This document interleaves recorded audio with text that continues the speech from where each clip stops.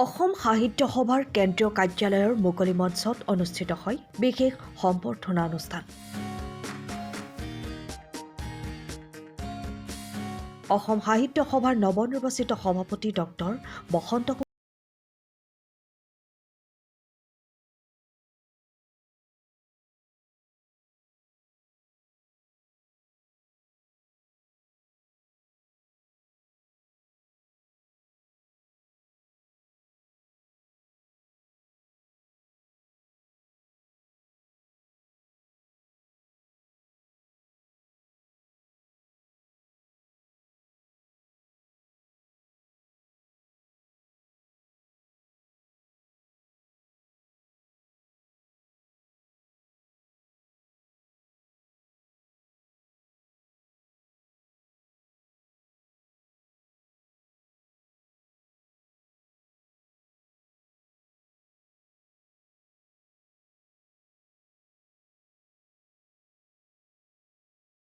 দেখিলোঁ আজি যি বুজি উঠিছোঁ সাহিত্য সভাৰ প্ৰতি মানুহৰ কিমান বিশ্বাস আছে, কিমান আস্থা আছে, কিমান চেতনা আছে। লগতে অসম সাহিত্য সভাৰ কেন্দ্ৰীয় কাৰ্যালয় সজীৱ কৰি তুলিবৰ বাবে প্ৰচেষ্টা চলাম বুলি প্ৰকাশ কৰে।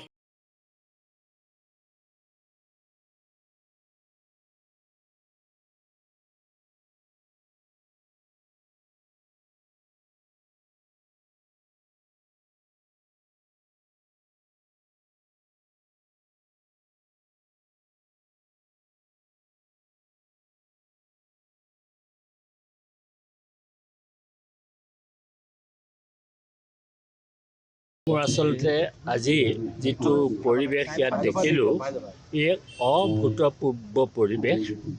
এনেকুৱা পৰিৱেশ অসম সাহিত্য সভাৰ সভাপতি নিৰ্বাচনৰ পিছত আগতে হৈছে নে মই নাজানো, কিন্তু আজি মোৰ চকুলো টপ টপকৈ পৰিছে।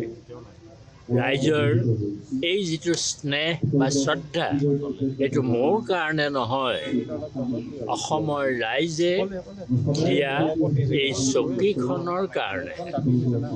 বসন্ত কুমাৰ গোস্বামীৰ অস্তিত্ব ইয়াত নাথাকে, ইয়াত আছে অসমৰ ৰাইজে আগবাঢ়ি দিয়া এই অতুলনীয় আসনখন।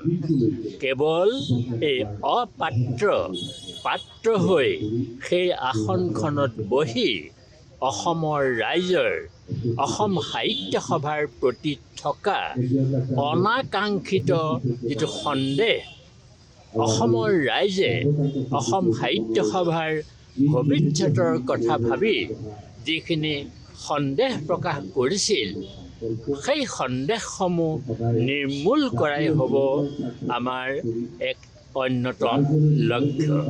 আজি মোৰ সেই কথাটোৱেই অনুভৱ হৈছে যে যিটো অনুষ্ঠানৰ অসমৰ ৰাইজৰ প্ৰতি ইমানেই প্ৰাণ শক্তি আছে, ইমানেই শ্ৰদ্ধা আছে, সেই অনুষ্ঠানটোক কেৱল বিষয়ববীয়াসকলে আগবঢ়াই নিব পাৰিলেই বিষয়ববীয়াসকলে অসম সাহিত্য সভাক অনাকাংক্ষিত যিখিনি বিপদ বিঘিনি বিতৰ্ক, ইয়াৰ পৰা আঁতৰাই ৰাখিবৰ কাৰণে সকলোকে সভাপতিয়ে, মই অকলেই নহয়, প্ৰধান সম্পাদক আৰু উপসভাপতি ডাঙৰীয়ায়ো এই কাৰ্যত নিশ্চয় তেখেতসকলে আমাৰ লগত সহযোগ কৰি অসমৰ ৰাইজৰ যিটো বাঞ্ছিত লক্ষ্য, সেই বাঞ্ছিত লক্ষ্যত উপনীত কৰাবলৈ আমাক শক্তি দিব।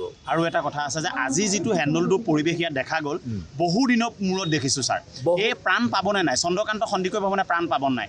নিশ্চয় আজি আমাৰ ৰাইজৰ অসম সাহিত্য সভাৰ প্ৰতি